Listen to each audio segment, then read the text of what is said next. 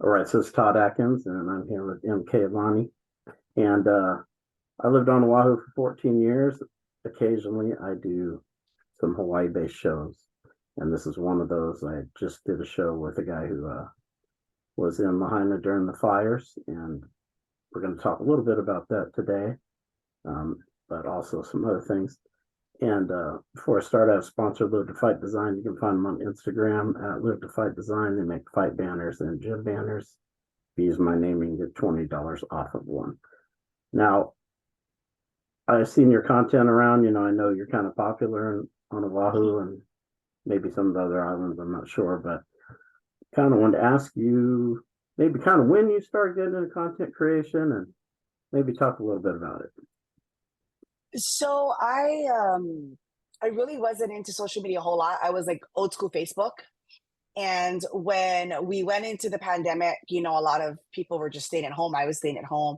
And my best friend said, "Hey, did you ever hear of TikTok?" And I was like, not really. And she's like, "You should try it." And I was like, "Yeah," but she's like, "No, because you're kind of crazy and you don't care about what people think about you. You're gonna put yourself out there and just see what people if they like it or not. You see how it goes." So I joined TikTok.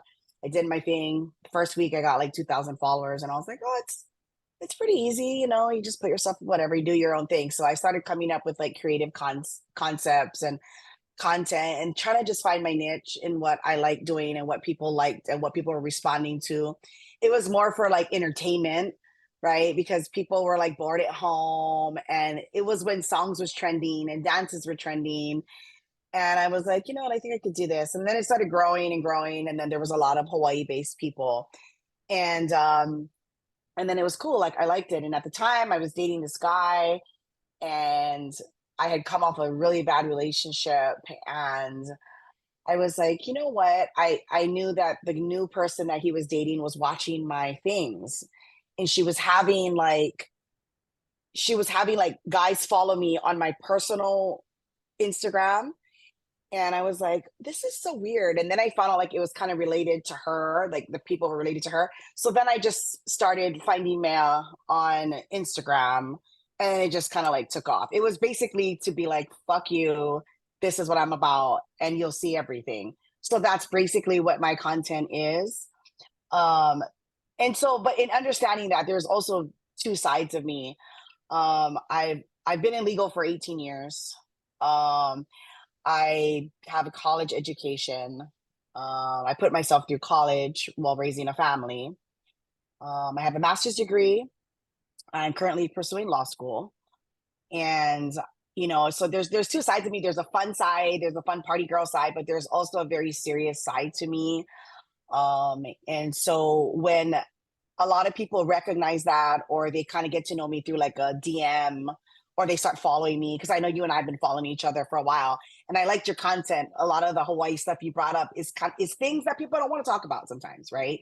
They don't want to give their opinion because they don't want to be judged by other people. And I'm very much opinionated, but I back it up with like truths and facts, and I make sure I have evidence before I back something up, or it's something that I 100% believe in and it's my truth. And so then I started doing podcasts. I got recognized by different podcasts, and I hosted a podcast. I would do one every month. Like there was different ones, like fun, more serious. I last one I hosted was the healing list, which was more of like seriousness of healing and some trauma that I went through in a bad relationship, and then connecting other people to their healing. I've done the Kava podcast, which is very controversial. It's kind of like what you do, but it's with a panel. So it gets heated and it's really long sometimes. But yeah, so I just kind of do my thing and my content. My niche is kind of crazy, because I don't really care. Like, and I don't believe in living in a box, and I don't believe in people judging me by how I talk and how I dress. Because as you know, you lived in Hawaii, you can go like, "Oh, cuz what's up?" And you can talk very pigeon. But then I have my telephone voice when I'm sitting with millionaires making decisions about their cases. So, for me, it's Instagram, social media is very fun, but it's also very serious. And, and I am a serious person when it comes to topics that I am passionate about or what I believe in. But most of the things like what you see or what I put out is just the crazy side of me. My friends are like, "Oh God, here she goes again." But you know, there's that side of me that people don't really know. You know, When you pass the bar, what do you think you're going to? I'm kind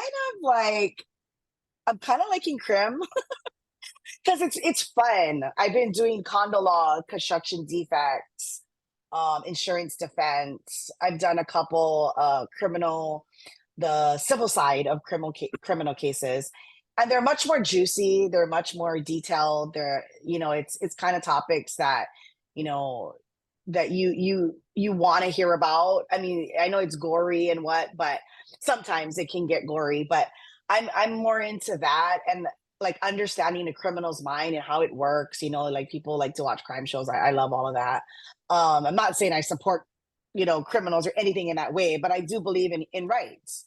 I believe in rights, and I believe that just because people are charged with something, it's not necessarily what they did. Or I like to hear the whole side of the story, right? So that guy that just got he made it from Schofield, Mokalia, he made it to Molokai. Have you heard that incident in Hawaii last week?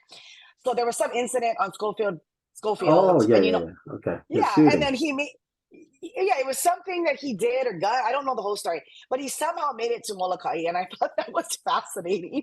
And people were kind of like, "Oh, screw him," blah blah. And I'm like, "Okay, but how did he even make it off the island?" Like, I Mhm. gotta give him credit for that. So yeah, that's kind of how my mind works. It's kind of crazy. I don't support crime, but I support people's rights and a right to a fair trial. What do you think about this Miski trial coming up? Oh my gosh, I have so many thoughts about it. I really want to know like who is all involved. I know you did a few pieces on it. Mhm. And I remember the police officer. I think you interviewed a police officer. There's a lot of good stuff in there, and I just can't believe how connected this guy was. Like literally. And I know people that know him personally, and I'm like, I'm blown away. I'm really blown away by how detailed and how organized he was for so long, right? And I want to know the whole story. Like I want to be there every day in the courtroom, but I know there's just so much things that we're not going to hear, Mhm. and there's going to be so many questions that are not going to be answered, and it's probably just him being able to manipulate the system in that way of well, I'll say this but I won't say that, and so it's kind of crazy, but interesting at the same time. Like I'm super interested in it because I know one of his main witnesses, I think Cowboy, he was all on Instagram when it first came out. Mhm. I don't know if you know who that is. And I was like, God, this guy's crazy. I would never be talking about a guy that high up in that way, for my own protection. But yeah, I don't see him anymore, so I don't really know. He's probably under protective custody or something. But I just think it's very interesting. All the parties that were involved, the government, the agencies. There's just a lot of people that are going to get exposed, I believe. Lindsay's in prison. He got locked up because he threatened the mayor and the governor over that Okay. whole his that Hawaii I forgot what they called themselves like that. The They wore sovereign sort military of thing. clothing, Liberation Army, whatever. Okay. Okay. And one of Okay. them, he called himself Commander or whatever. And I guess Lindsay was he wasn't in the group, but he was kind of like affiliating himself with them. And so they evicted this commander guy. I forgot what his name was, but they were kicking him out of the boat harbor. So he went on Instagram and he told people, they should do this, that, and the other. And he kind of made some threats. So they locked him up. I interviewed Lindsay maybe a couple years ago, hmm and a lot of people watched it, obviously. And he talked Well, about, I mean, he makes a lot of sense, though. I gotta say, he makes a lot of sense. But then it's like credibility wise, people are like, "Oh, look, now you're calling out just stuff like that." A lot of it is credibility. It's kind of like what I'm saying about myself, right? If people see my content, right. they may not really think anything because they're like, "Look, she's half naked all the time. Like, what does she know?" You know, it's all like credibility, right? It's what people view and how people judge. Because a lot of what he was saying on Instagram made a lot of sense to me. You know what he was saying and how things were handled. It was like, wow, wow. You know, but like I said, you know, it all comes down to credibility with people. You know, they're gonna be like, well, I'm not gonna listen to this guy now. He's in jail. He's in, you know. Yeah, it's going to make it harder. But what he had told me when they interviewed him was the one reason why they wanted me to testify so badly was when they shot at him at Kualoa Ranch, Mike Miskey Right, was there. He was right there. You know, the other times, no one could put him there. right, He was watching the whole thing. right. Yeah. Yeah, I think that's why his story rang through, right? His story rang through. And he actually he wasn't a witness, he was the actual person that it had happened to. So yeah, when I heard that, I was like, oh, he knows what he's talking about. He was in like But he was since in. then, a bunch of guys have flipped and they don't need him so much because there's lots of Right. guys who can put Mike Miskey at this, that, and the other Well, now. because they're just trying to survive. They're just trying to stay out. They're just trying Mhm. to get theirs now, right? Right. Because before it was like, oh, I need protection, I need what, so I'm gonna make it sound in that way. And then in the end it's like, oh, you know, it's like when you're facing torture, you're like, okay, I'm gonna give you the answer, I don't want to be tortured, you know, that sort of thing. They don't want to go to prison and, you know, be held accountable for things that they were kind of directed or however it, you know, worked out with the whole scene over there. Now, I want to ask you about this, you know, the Lahaina fires, obviously. There's a lot of stuff that came out after the fact, you know, like the response. You know, I just kind of Right. want to ask you, you know, just kind of in general, maybe you could talk about the overall response. You know, I know there were questions about what the police did as far as, you know, not just letting people come right out of there, you know, on their own. You know, I know they got to do what they have to do or they get told what to do, but I just kind of want to ask your overall response, like them not sounding an alarm, police kind of doing what Right. they did, so on and so forth. I kind of wanted to hear what you had to say about it. Well, so at about 6:30, 7 o'clock, the night of the fires, I got a text. I have a friend group. I got a text, and my two of the girls in the group, they're like my best friends, and they're sisters. And so one of them had text, and she said, "Sissy's being evacuated." And I was like, "From what?" Because it wasn't like anywhere on Instagram at that point. It was nothing. She said, "Oh, Sissy's was evacuated, but she's safe." And I was like, why was she evacuated? Like, what do you mean? So I took to Instagram. I was like, okay, I better go check it out. And I have a bunch of friends living there, and they're like, oh, sis, just letting you know there's a fire by my house. You know, we weren't evacuated yet, but I was looking at the pictures and I was like, shit, that's close. That was like Kula. And I was like, wow, that's close. And then as I started digging at about like, I think it was like 10:30, I actually seen one of the main videos of a couple of guys driving through. They were like in the middle of the fire and they were like, oh shit. And they're like, you know, going through their whole thing. And then I seen people commenting saying, oh, this is an old video. This is fake. There was people trying to discredit the video. Somebody said it was from Canada. But the way that the guys were talking was like, oh, cuz, bruh, no. I was like, these guys are not in Canada. I Mm-hmm. know my people. And so then I watched and I was like, oh my God. And, you know, there was this one piece in the film where they saw someone and they couldn't stop. So people were like ragging about that. And I was like, wow, this must be like for real. Like, what is happening? And then I kept texting my friend in Kula saying, are you going to bed? Like, what's happening? Do you know that, you know, I was telling her my best friend was evacuated, like she's safe, but she got evacuated early on. By the time I got the text, she had already been evacuated or on her way out or whatever it was. And so then, you know, she was like, no, I'm good. And I didn't really think that it was going to be this tragic. Like I didn't think that I was gonna go to bed and wake up and my world would be different. Like Hawaii would be different, Maui would be. I had no idea. And when I woke up the next morning, I was like, shit, I put the news on because I was like, wow, I started seeing a whole bunch of shit on Instagram, right? People were talking and people were saying things, and I was like, what is going on? And then I seen the lieutenant governor speak. She came on and she said, you know, the governor's on some vacation and we want to address this, blah, blah, blah, blah, blah. And I was like, what the fuck? And it just, and then I started seeing like footage, like actual footage of the devastation. And I started seeing more stories, you know, on TikTok, on Instagram. And a lot of the things, you know, on social media, you take with a grain of salt. You know, when you see people, you're like, whatever. But these are like people that I give like they're credible people, and it's actual footage. How you're gonna say that didn't happen when these people actually lived through it? And then I'm like, wow, how could this happen? Like, where was, and so I started doing my own research with like the governor, like, where was the mayor? Where was the governor? Blah, blah, blah, blah.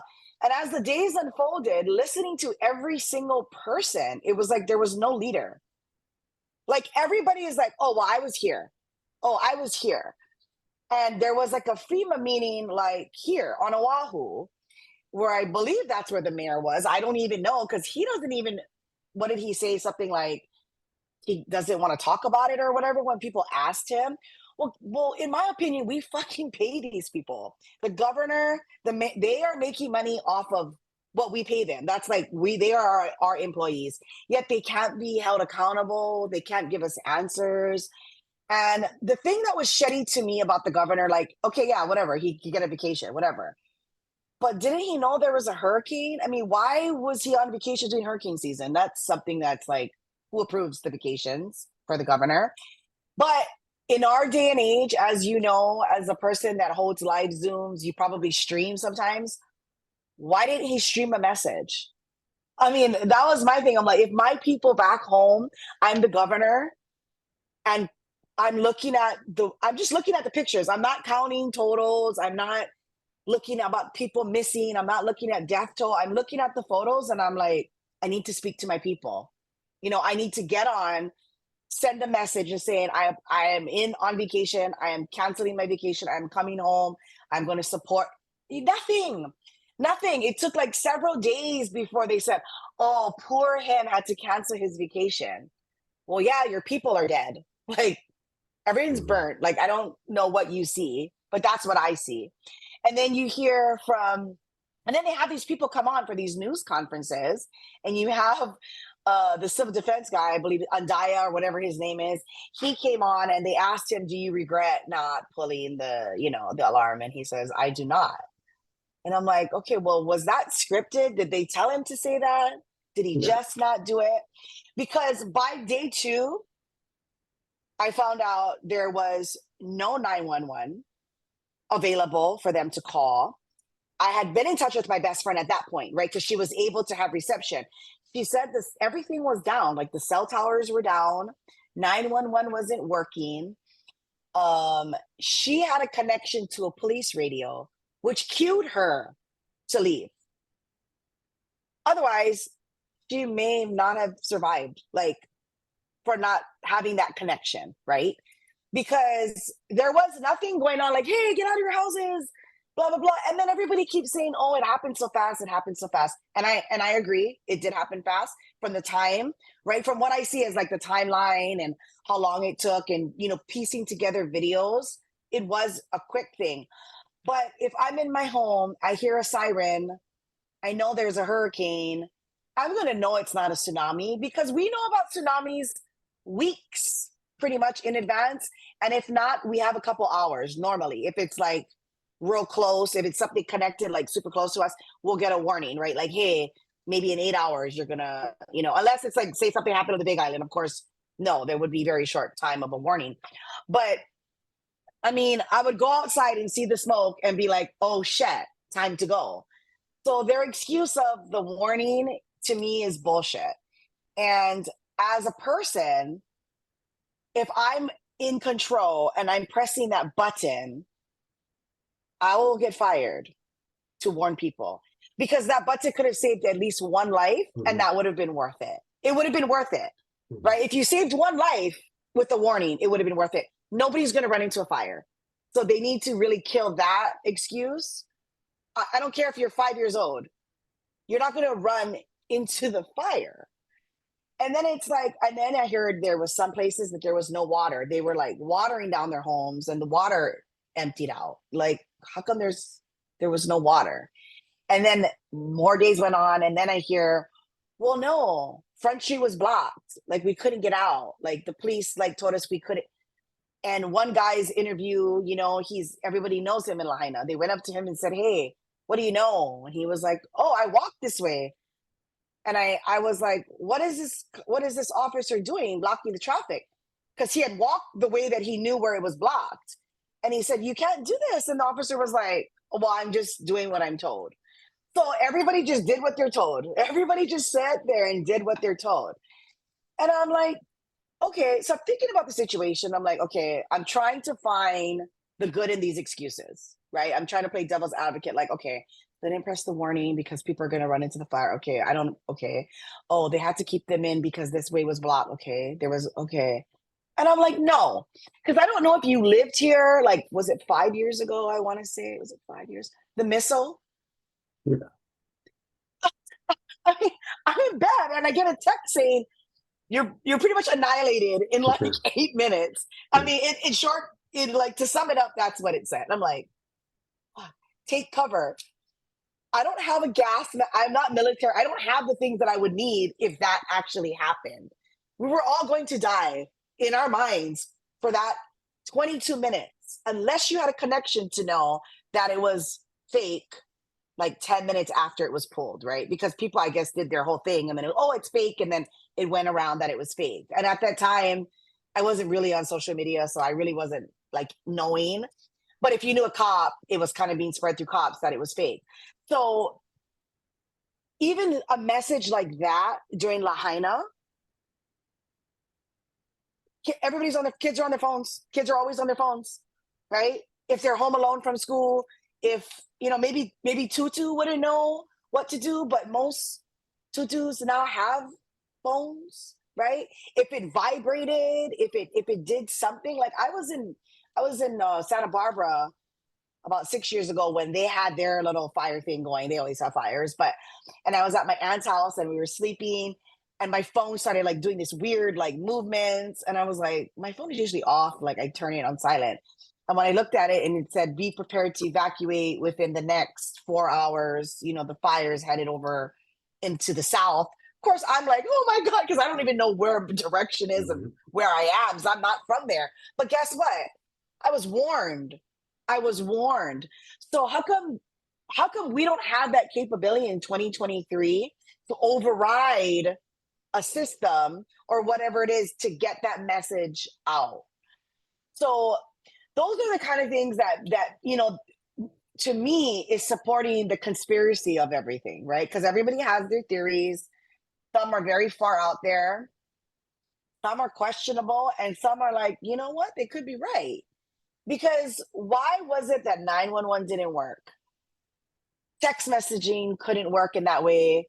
There was no water. Everybody was like stuck in this one area. There was no leaders on the island. Who's in charge? Like, I want to know how it works now. If the mayor is on Oahu, the governor, I think he was like in Israel, like he wasn't even in the country. The other guy that spoke Hara, whatever he is, he was like, "Oh, I didn't know, I don't know, I don't know," you know. And what did the mayor say? Something about, "Oh, I don't do social media," or I don't go on social media." So you didn't know your whole town was down until the morning. You didn't know that your people were fighting for their lives for those amount of hours. Because even after it happened, yeah, it happened fast, but I feel like during that time there was still chances of survival, right? Because the people in the water needed to be rescued. The people that were, in their vehicles, like trying to get out, were like stuck. I still feel like there could have been a response at some point where maybe it wasn't safe to go in. Like, I don't know. Like, I can't speak on that because I'm not an expert on fires. I'm not an expert on response, but the totality of the situation to tell me now you're going to go check on them at 6 a.m. or whatever it is, like, oh shit, like I don't even know. Like, no, that's not like people in California knew before the mayor. Like, I don't understand. Like, you don't have friends that have Instagram that follow like the Hawaii feeds?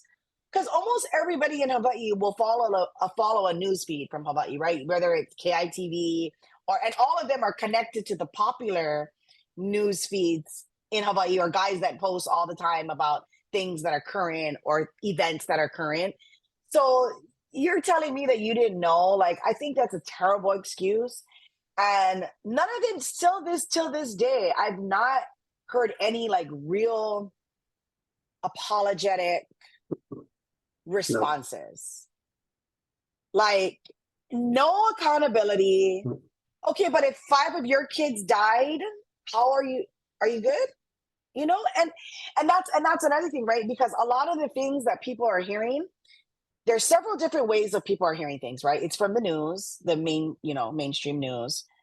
It's from Instagram, from what people are, it's from TikTok, Facebook, social media, Twitter, all of those things. But then you have to also remember there's a lot of people that's trying to make something out of this, right? Like, oh, influencers trying to get views. People are not even from Hawaii trying to talk about it, which I'm like, false information. But then you have people like me that know people on the inside, right? Know people boots on ground, know people who've helped from the very beginning of the recovery, know people who are living on the island, and people who actually went through something. So and when you hear all this, it's just really hard because it's like you don't get hard answers to any of the things that happen and why it happened. But at some point, who's held accountable? Nobody. Is anybody being held accountable? Is anybody going on? Is the governor going on and saying, my people, I am with you? I've not heard that. I've not heard any of them say, I am suffering with you. I've not lost anything in this fire. I am Hawaiian. I am from Hawaii, born and raised. I am for my people. And when I see that, I don't even care if you're even Hawaiian at this point, honestly. If you're a local and you are living there, or if you are local, a lot of times what people and a lot of Hawaiians will disagree with me, just because you're not Hawaii blood or Hawaii quantum, it doesn't mean that you should be disqualified for loving Hawaii. There's a lot of locals that have been here, that live through it, that respect us. They respect our land, they respect our culture, and they are for us and they support us. And a lot of people, they don't really understand that. A lot of Hawaiians don't understand that, right? Because like, oh, they're not Hawaiian, they don't know. Oh, you don't know, you're not in it with us. You didn't go in the fire. How can you speak on that? How can you talk on that? Yeah, because I'm Hawaiian. This is my island. This is where I'm from. Because as you know, Hawaii people are very passionate about their ethnicity. We're very passionate about our people. We're very passionate about our land. And so for me, a couple of days later, I went to the beach. Just kind of, I usually go to the beach for like just like healing and just like sit there. Like, and I just got so emotional, even though I'm not really attached to the actual fire. Like I didn't lose someone in it. I was just so emotional about it. And then I see these tourists start coming to the beach, and I got angry. And it's like, well, why am I angry? They're not doing anything. They're not like, but it just, I don't feel that the mayor, the governor, or anybody in those positions of leadership have that same feeling. And if they do, they've not expressed it. They've not expressed it. Like I literally went on and I did a TikTok and I was at the beach and I literally said exactly how I feel. And a lot of people could resonate with it. They're like, shit, I feel the same. Okay, good. It's not only me. I talk to my friends and I'm like, dude, I watch and I'm crying. Like I literally, I don't know these people, but I'm like, I'm crying. Like my heart is broken. Like I'm sore. I don't get that. When I see them come on the screen and the lights are out, I get this like, hey, we did what we needed to do. The job was done. You don't know. You wasn't there. Our firefighters was in it too. We lost too. And it's like, I don't see any compassion. I don't see any like, it's time for us to recover and heal and whatnot. It blows me away. In fact, I think it was like 2 days later. There was a resident there, and he was on the news. And he went on the news and he said, where is FEMA? Where is American Red Cross? Where are you people? There's people still floating in the water. And that to me is like, no, it's not acceptable, because not only at the level of Hawaii government and Hawaii leaders, but now we're at national. We're United States citizens. No, I mean, we're a part of the country. Where are all these people? And then you hear, well, they had to, there's protocol, there's procedures, there's policies. And I'm like, but the longer the days went on and the longer the time it took, there was going to be no recovery. There wasn't going to be people that were going to survive past 2 days if they had survived the first day, right? Because people could have died from anything, right? Smoke, being burnt. People could just be out there needing water, for all I know. They could have survived the night, but because they didn't have water or they didn't have somebody helping them with a bad injury, right? And we don't see all those things. They don't show us any of those things. Nothing. But then you hear stories of like, oh, well, I saw trucks with body bags in it. I seen like a street sweeper just swifting through the streets, not being careful of bones and whatnot. And it's like, you don't see that, you don't hear that. Mhm. You hear it when you talk to people in, like shows like this, or people that actually care, that want to get it out there. Like I said, it's controversial. People don't want to talk about it. People want to just believe what they want to believe, but something happened. Something went wrong. And whether you can have a conspiracy about it or not, who's held accountable and what are we doing to correct that? Oh, we're just going to build another city. We're just going to go and put something up and pretend, because at the beginning there was a lot of missing people. That list has dwindled down. There was a lot of, I mean, if you look at the pictures, do you really honestly believe that there's like 100? What is it? What is the count? Like 115 now? Do you really think there's 115 people dead? And why are you guys saying, yeah, no. And why are you saying that those people are missing? There's nobody missing at this point. They're dead. They're dead. Because if you're not communicating with the different hubs to find out who's in that hub, because I know there's still some organized hubs happening. Who is doing the list? Like, who's in charge of this list? Because at first it was like a public list, right? And people were just adding, and you could add and take away and add and take away of the list. So there was false information on the list. So now they're like, oh, well, that list was fake and it was false. And it was, okay, well, what are you guys doing? Like, couldn't you guys have like a whole ass tent that's there? That's a government tent that people can come up, say who's missing, take the information. What's the proof that they were a living person? And then let's move on to the next, right? Because there was even this one, story on the news. It was a family, it was a boy, he was 15. The mother said that he was home alone. She went home. They found him curled up with the dog or something. They took his body to the police station. And so the next day when the police chief was on, it was like, oh, I've never heard that. So I don't know. I never heard of that. Like, okay, you never heard of it, but you're the chief of police. That's cool. Okay. And then he comes back the next day. Oh, yeah, I checked. So nobody's crossing their T's and dotting their I's. Like, no one's scared. Like, and that's what gets me, is like, no one is scared of the repercussions.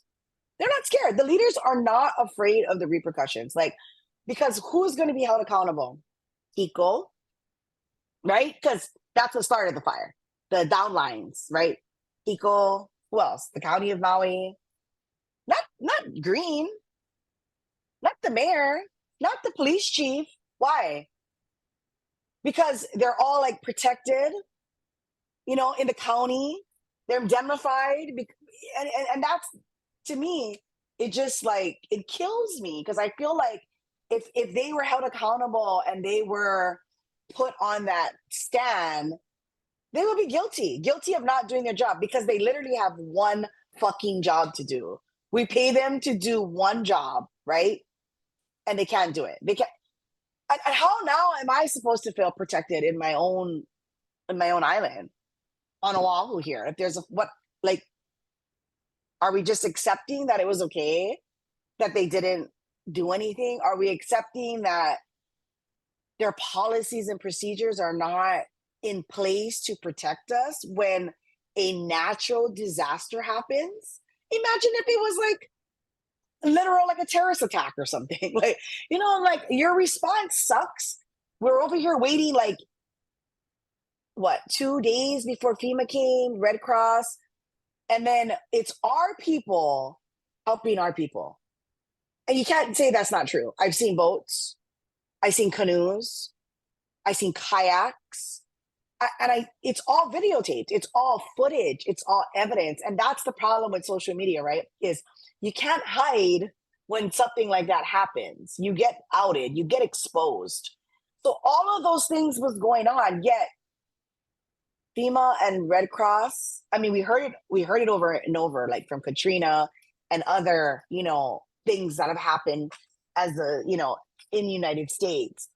But now you go somewhere like, I remember the Thailand tsunamis. I remember my brother-in-law went there like as soon as it, like the next day. He was in the military, in the Navy.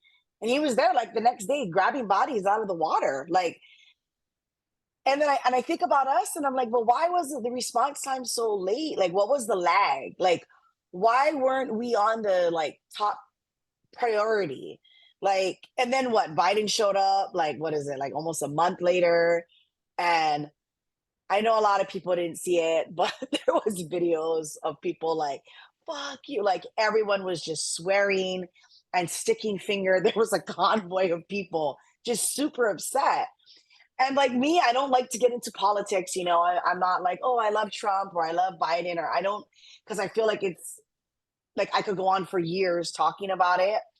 But he didn't handle it well either. And when he goes up there and talks, he says, well, I had a fire. Like, I'm like, dude, you're talking about people that lost their entire family, not a kitchen fire where you can put out with your home extinguisher. We're talking like families. And it's really irritating because you don't hear this stuff, because people don't want to hear this stuff, because it's hard to hear. When you hear about kids, people don't want to hear it. Like, I want to go on and be like, if your kid died, please call me. And I know that sounds harsh, but I want to, like, that's the kind of things that people have to know so that they can see the seriousness of the matter, right? Because if you look at it, everything they're posting is older people.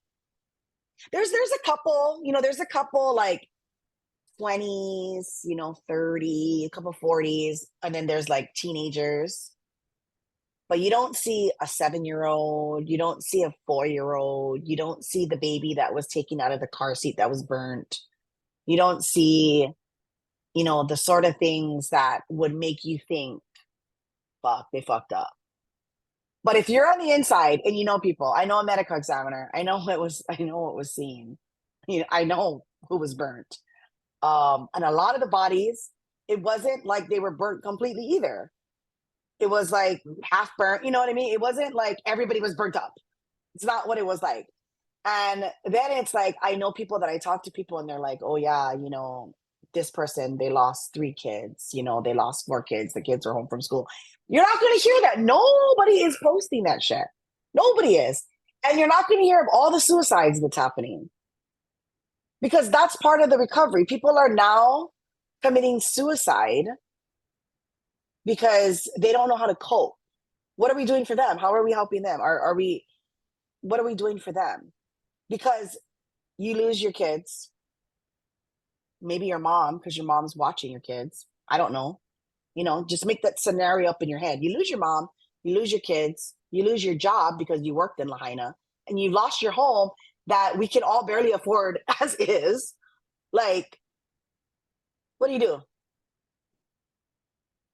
I mean, I just watched a video of this guy that was talking, and I guess at the beginning they were put in hotels, and they're kind of just shifting them around. And I know I have a friend that's totally helping with the modular homes. They're like doing these little homes for people to live in, and there's solar being donated and water, and it's a great thing. There's a lot of people out there that's helping. There's a lot of local people. There's a lot of people that are not from Hawaii also that are like helping these people survive. But he went on there, and this guy, I guess he lives in Lahaina, and he said what he needed to say, and at the very end he said, and every day I contemplate killing myself. And then he walked off, because he had the podium. And I was like, I can't say that I blame him. I can't, because I'm not in that situation. I'm not in that situation. And a lot of them that are in that situation, they're very, very emotional. When you talk to them about it, especially if they lost something, they're very, very emotional about it. So it's always like blame this, blame that, blame this. And a lot of things aren't getting resolved, because then when the help does come, they don't trust, they don't believe. And I can't blame them for that, right? It's like, we were out here all these days, you never came. And so when there's actual help and there's actually good, honest people trying to help, they're very receptive. They're not receptive to it. It's like, fuck you guys. Like, we're out here, we're doing no, So, I even did a podcast with a bunch of people, and people that are actually there were very, well, you don't know, you live on Oahu, you're in Utah, you're in Florida, but we're all Hawaiian. We're all part of this. We all have family there. We're all a part of it in a way, but they're just so emotional about it because they're there. But you also can't blame them for being emotional about it. And like, moving forward, it's like, what do you even do? How do you even, like, what happens next? What happens next? Especially like with the leaders of the Kanaka of Hawaii. It's like, even some of the things that they're saying, like, I do not agree with. I don't, because it's like, you guys have to get educated. People need to be educated on the topics. And just because, there's some of us out here that, and I mentioned this before, it's like, because I'm not in the lo'i patch and I'm not running my flag and I'm not sovereign living off my land and I'm not, doing all the things culturally, and I hold myself accountable because I don't and I haven't, but I also have to live and survive and work. And it's like, our opinions don't really matter, right? Because we are not to their standard of Native Hawaiian. Like, there's a lot of people that believe we should be sovereign. There's a lot of people that is only focused on the land. They're only focused on the culture. So basically, if you're not Hawaiian, you shouldn't be a part of the conversation. And I don't think that's true. I don't think because you're not Hawaiian, you shouldn't be part of the conversation, especially if you live in Lahaina. You need to be a part of that conversation, because if your kids are born and raised there, they're basically Hawaiian to me. Yeah, it's not in their blood, but they were raised in that, And so it's just so sticky, and it's so controversial when you talk about what's next and what happens next, because two, you have these leaders who are leading the Hawaiian side, and then you have outsiders that are influencing these leaders, right? And then it all comes down to money and power. In my opinion, it all comes down to money and power. Even if you're Hawaiian, if you're offered something, you're gonna go with that stance. You're gonna go with that opinion. Like, for me, the firm I work for, we filed a case. I won't go into too much details about it. It's confidential and whatnot. But I told my boss firsthand, I'm like, you do anything, or I feel uncomfortable in any way about fucking with the Hawaiian people, I'm out. I'm not gonna support that. I'm not a sellout. I'm not a sellout Hawaiian, for sure. But there is people in this process, as I'm learning and as I'm researching, because I do my research on people, right? I see this person talking, I'm like, okay, who is that? I'll go and I'll like Google, hey, you know who this guy is, or you know who she is, or like, because it's like, it matters to me who I'm going to support in what they're saying, and their platform, or what they're doing, even when it comes to like the money, the fundraising, the help, the organizations. I'm like, if I'm not giving a family the money directly, then I don't really know. I don't really know. And I don't trust people in that way too, especially when it comes to money, right? It's like, people get sticky fingers, or they're looking at it for their own benefits, their own popularity, their own views, their own platforms. And, I think that's something that people should really take a look at when they're supporting these different entities, or do some research on the organization, how it's like structured. So yeah, for like a couple of, like, for the last month, I was so into it, and I was like, it's consuming my life. Like, I need to literally like focus on my life. But I was consumed because you hear all these things, and I'm like, God, it can't be right. That can't be. I'm all about truth and seeking justice, and listening to other people that, like I said, were there, like the real stories. I haven't had a chance to listen to your show with Blaze, I think is his name, Mhm. Blaze. Yeah, so I'm gonna listen to that, because I'm interested in seeing, because I know he was there. Um, or his dad or somebody was there, right, in the Yeah, he fire. was. So yeah, so I want to hear his perspective. And I think there's also a lot of people that we don't hear from is because they're scared, or they're too emotional, or they just don't want people to have like a certain opinion about them or judge them for what they have to say. But you know it's like people should speak up, I feel. And I feel like now is the time, because we're like under like a microscope right now, right? And as times and days tick away, you notice there's less talking about it. Like what's happening now, we're all like, Mhm. the media is kind of, the social media has kind of died down. I follow several people that post about it constantly because that's their job or that's what they do. um so I still kind of know, I'm still kind of connected with what's going on, but it's simmered down a lot. It's simmered down a lot from, a month ago when it was heavy. It was very heavy. And I noticed too from some of my videos on Instagram, um, it's like I've been like shadow banned. Like my views have gone like as soon as that Maui thing came down, it was like weird. It was like my views have gone down. And I don't know if it's because of the hashtag. Like, I don't know. Like, I really don't know. But I notice sometimes when I talk about some controversial shit, my shit goes down. TikTok, oh, you can go all day and your shit will get like go viral. As you do one good and it just goes viral. But I'm like, and I do it because I want people to educate. Because I'm like, what is my part in it? Like, what is my part? Yeah, I work for a law firm. I'm involved in the legal part of it. What is my responsibility to my people? What is my responsibility? I'm like, you know what? I have a platform. I have a platform where I can speak, and I feel like I'm respected enough, from people to know that I'm speaking the truth of what I'm saying.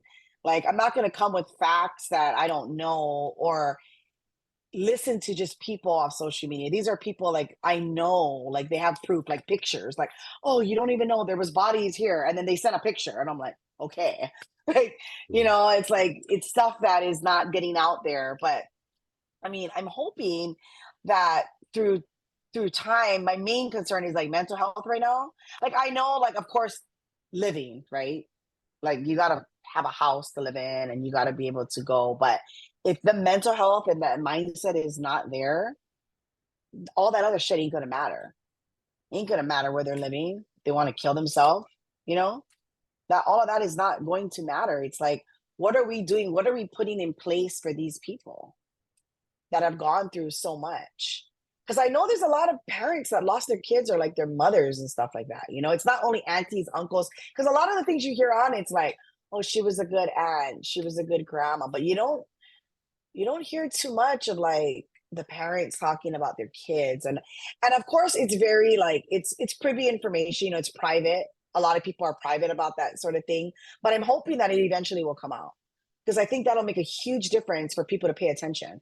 Because if you heard, because like a lot of people were saying like, oh, there's 2,000 kids missing. That's a huge number. People are like, oh, 2,000 people, 1,000 kids, or whatever the numbers were. um but if you came on and you said, well, it's confirmed there's 500 kids that died, that is going to get so much attention from people that it's going to make people really pay attention. Okay, what happened? How do we stop this from happening? Who's in charge? Like, what happens if it happens again? Like, then you get into the nitty gritty of the details.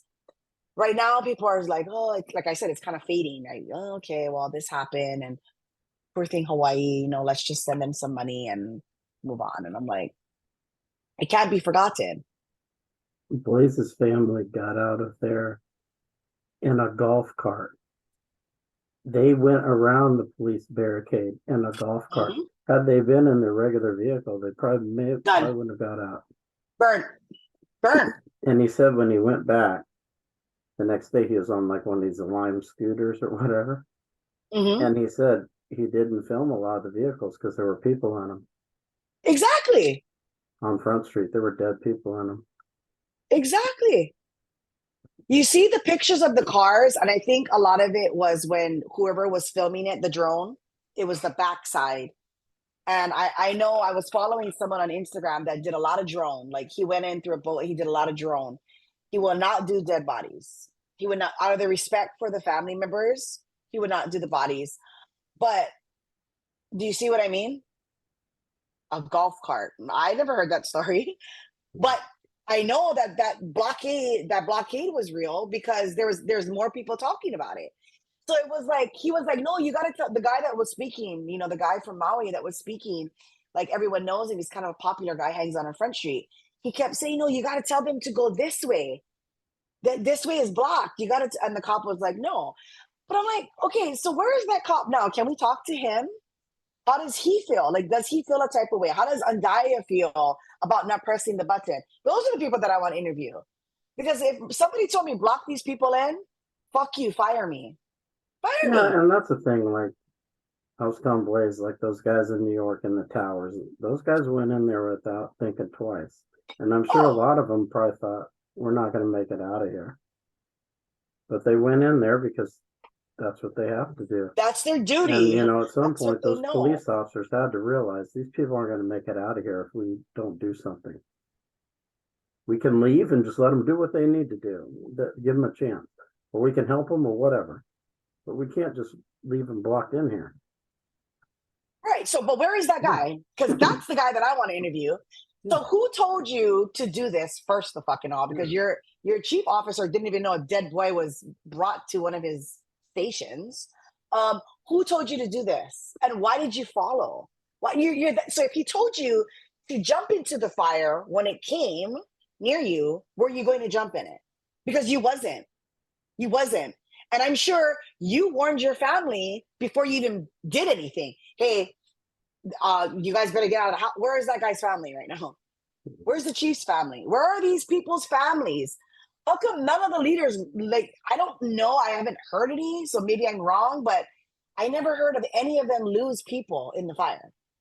Like, I never heard of any of them come on and say, I'm dealing with the grief as well. I lost a loved one.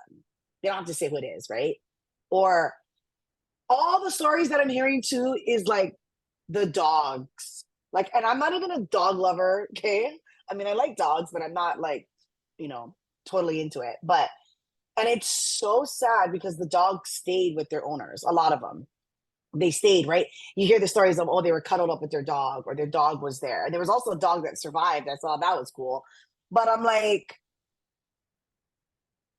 I mean, even a dog has more compassion than a human. Like, it blows me away that the dog was smart or the dog risked their life. Because as you know, when there's like a storm or something, they say animals run away, right? Animals, like, they run or they detect, right? So, but why did the dog stay? Why did the dog stay and burn in the fire? I want to know. It's because the dog has that loyalty. Where is your loyalty as a human to other humans? You're going to protect the blue? You're going to listen to the blue. No, fuck it. I don't give a fuck. Fire me. Because I don't want to be responsible for okay, how many cars did I see on Front Street? I mean, 100 maybe, I don't know. And they had to see what was going down over time. Wherever they were blocking them in from was probably safe. Exactly. And you didn't have a radio? You didn't have a radio to say, hey, bro, I don't know what's happening, but a lot of cars are coming this way. I'm opening it up. Because if they died leaving, then that's their fault. Like, I mean, you know what I mean? Yeah. Like, it would be beyond his border. It would be beyond his scope, right? Like you said, you give him a chance. It would have been beyond. And it would be like, okay, well, now you got to do what you got to do. Because I also heard a story of this guy saying that I went through somebody's yard. I didn't care. He's like, I put my kids in and I went on the sidewalk. And he's like, I went through yards. And then you hear of other stories of guys that got in a truck, put people in the back of the truck, and they were, like you said, they were going in and out. Like, they were trying to, like, help people survive. They were literally trying to help people survive. Yeah, his dad had a Raptor. So his dad stayed behind and got his dogs. And he literally, like, smashed into other people's cars. Like, his whole front of his Raptor was all smashed and everything as he was getting out of there. Because he was just banging other cars out of the way so he could get out. Because he couldn't get out. Exactly. Yeah. It's like complete panic. It's like complete anxiety. Imagine going through that shit. Like, you're going to do what you got to do to get your family out. I don't care what you say. You are going to do what you got to do. Like that one family that was floating. Well, I think he had like 4 or 5 kids. Like, and there was another local that was with him, helping him with that one kid. you're gonna do what you gotta do. You heard another story about a woman, she couldn't like get over the seawall. So there was a guy there that lifted her up and brought her over. But I'm like, yeah, because they're human beings. Like, if you have any compassionate as a human being, you see this is happening, you're standing there, you're blocking people in, basically leaving them in an inferno. Like, what are you doing? Like, when are you going to be held accountable for that? Like, do you sleep at night? Like, I want to know right now where that cop is. Is he alive and does he sleep at night? Because there is no way that I would be able to sleep at night, right?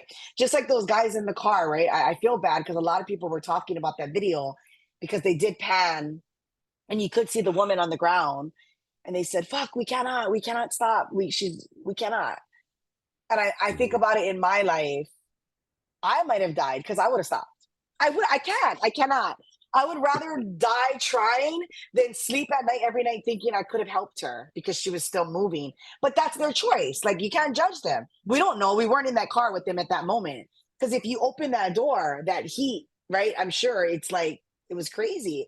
But in my mind, I'm like, I probably wouldn't have made it. I would have died from smoke. Like you said, when those towers went down, oh, there was an immediate. Firefighters were going, they don't care.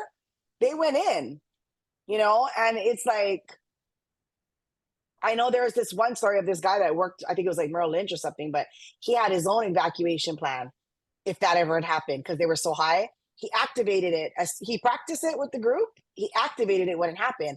All of them got out, but he went back in. He ended up dying, but he went back in to help the other companies to help other people out. And that probably would be me because I just, of course, if I had like little kids, probably not, right? Because you hear the stories of, oh, I had to grab somebody's child because they weren't going to make it. And like, there's all those kind of things that you hear too. But it's like, what are we doing as a state? What are we doing as a community? What are we doing as a city? What are we doing as a state? What are we doing as a country so that these things don't happen? Because, yeah, you know what? It could have still happened, but I think it would have been a lot less people had there been a warning. There would have been a lot less tragedy as far as death. Property, yeah, you can rebuild the land, you can rebuild, but what's the next step? What is the government going to say? Are they going to condemn it? Are they going to, I mean, it took so long. They only let them back in recently, right? To go look at their property, if I'm not mistaken. Only recently they were let back in to go and, you know, kind of look around. And I mean, there ain't shit left, obviously, but to keep them out that long. And then even the people on the border, the bordering of Lahaina, those people that didn't really get anything happen to them, it's like they were like basically fending for themselves because those stores are not going to be supplied. Like, and there was only a certain amount of supplies coming in and out. So you have these surviving people that are not surviving because they're not getting the need. They're not, the groceries are not going to be like fully and plenty as it used to be, So it's like all those things. And it's like, I don't even understand how till this day it was just so disorganized. And it continues to be disorganized because you don't hear like, oh, this is great. Now they're all taken care of. Of course there's a process, but you don't hear anybody saying like, oh, that was a good run. Like next time we're super prepared. And you hear of actual citizens, like normal people like you and I doing, you don't hear like FEMA, you don't hear like Red Cross, So my friend was volunteering at one of the hubs at this, I think it's a civic center, whatever. And she woke up one day and she went in, she was sleeping in her car because she didn't want to take up the resources, right? She's sleeping in her car. She's fine, like she just was volunteering. She gets up and there's Red Cross and they're like, oh, are you Red Cross? And she's like, oh, no, I just volunteer. Oh, you have to go through the protocols. You have to go through Red Cross. You have to sign up. They came on, they put their stickers on every donation that they had. Like they were the ones that actually brought these donations. And she was like, and some of them, I think they were just dumping the donation. And I'm like, what? And she was like, yeah, like that's the kind of shit that goes on behind the scenes that you don't hear about. You don't see that on the news that, people are, the donations is not making it. The donation, not all the donations made it. Because a lot of people poured into it. A lot of people across the globe poured into, I believe, the supplies and the money, and kind of like just helping with these little hubs that they still have. I know there's still a lot of hubs that are still up where people can go and get what they need. But at some point, when is that going to go stale? When is that not going to work? And it's not even 2 months yet. Like, what happens? And I also listened to the housing, the housing issue. And a lot of people were bashing, I think her name is Lani, right? They were bashing her on the housing issue. And like, who's to say it's even her 100% decision to be making these decisions? But this one guy made so much sense. He said, our people are leaving. We're losing our people. They're moving. You got to do what you got to do to survive. What are you doing for those families that are moving? This is our community. This is our place. It's not affordable. Like, what are you doing? You have all these like proclamations that don't make any sense to us. You like, what are you doing? And you have to also understand, like, we're not 100% recovered from COVID. We are not. Our hotels are not 100% occupancy right now. Maybe in the 90s, but not all the time. I used to work in the hotel industry, so I know that we are dependent upon tourists. I 100%, I agree. We are. Unfortunately, that's how we're set up. People always say, "Oh no, we're not. We're not." No, we are. We are. And so I understand we need tourism and whatnot. The banquets that we were getting with loads of people coming from Asia, Australia, it's not happening anymore. It's not happening. And that was since COVID. So I know we're not 100%, right? So we're still recovering as an economy in a way. And then we have this now. Then we have this. Now it's like another setback, right? And what are you doing specifically for us? Well, we're gonna give you 700 each. You guys got her. 700 is not even half month's rent. Yeah. You kidding me? 700 is a joke. 700 right now. I went to the grocery store the other day. I know you're on the East Coast, right? So I went to the grocery store the other day. I bought one dinner and I think butter, eggs, and milk, and one dinner. I think I bought like pork chops or something. $92. The milk was 9.88 on sale. I was like, what? Yeah. Are you kidding me? So you give them 700, they got, if they're lucky and not eating like rice every day, eating an actual meal, they're not just eating like, it'll probably last a week maybe. When you add in milk and cheese, like the normal staple bread, eggs, well, spam here, right? But you can't even afford spam anymore because that shit's expensive. So it's like 700 was a slap in the face, and then you're like, "Oh, I'm going to give 40 billion to Ukraine." Like all of that shit is like, this is why I can't get into politics, because it just literally heats me up, and I don't know. I don't understand it. I don't. I feel like the government could do a lot more for for the victims, and with more. I'm not saying like, oh, we should just give them a bunch of money. I'm not saying that. We need to give them the money to start up, but we need to give them resources on how they can actually make more money, how they can actually grow, right? The mental health, the resources to begin the process of restarting their life, because it's like you're starting all over. But for the kupunas, how? There's this one town that's right above it.